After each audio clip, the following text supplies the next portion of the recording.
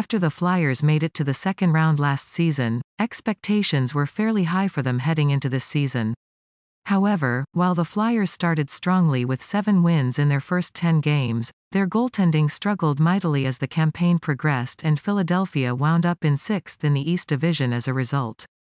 GM Chuck Fletcher opted to keep the coaching staff intact but will be tasked with finding a player or two to help vault the Flyers back into playoff contention. Here's what will be on their offseason checklist. Load error that hasn't exactly happened, however. His production dipped sharply this season as he managed just 3 goals and a dozen assists in 55 games. Instead of his numbers trending toward being worthy of top pairing minutes, they went the other way.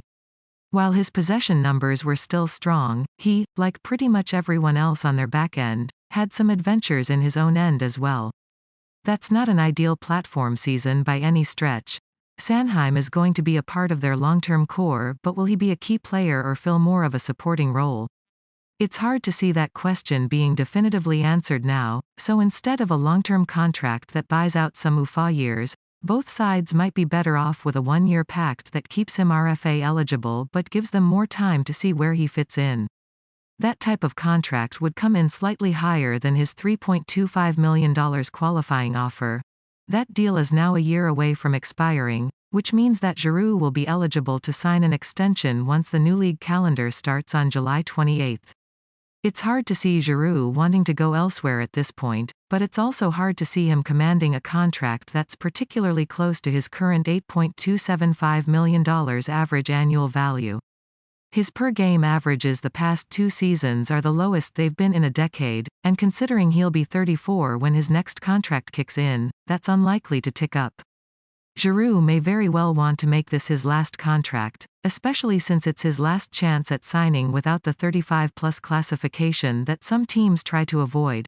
If an extension can be worked out this summer, it will take away any distraction of Giroux playing in his contract year and give Fletcher some certainty about what type of cap room he'll have in the future.